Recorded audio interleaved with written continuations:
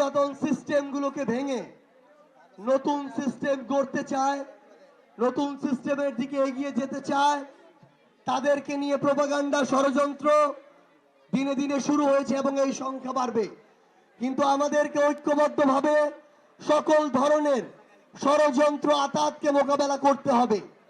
একটা জিনিস মনে রাখতে হবে, আপনারা যদি দাঁড়িয়ে যান তাহলে এর পূর্বে যারা এই সিস্টেম থেকে বিভিন্নভাবে লুটপাট করত, তাদের এই লুটপাট আর চলবে না।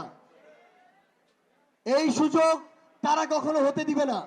কিন্তু এই জুলাই এসে আমাদের ওই প্রতিজ্ঞায় ব্যর্থ হতে হবে যে আমাদের শহীদেরা, আমাদের আহত যোদ্ধারা কিংবা আমাদের অভ্যুত্থানের সহযোদ্ধারা, তারা যেই আকাঙ্ক্ষাকে সামনে রেখে এই লড়াইটি করেছিলেন, এই আকাঙ্ক্ষা যেন আমরা ভুলে না যাই।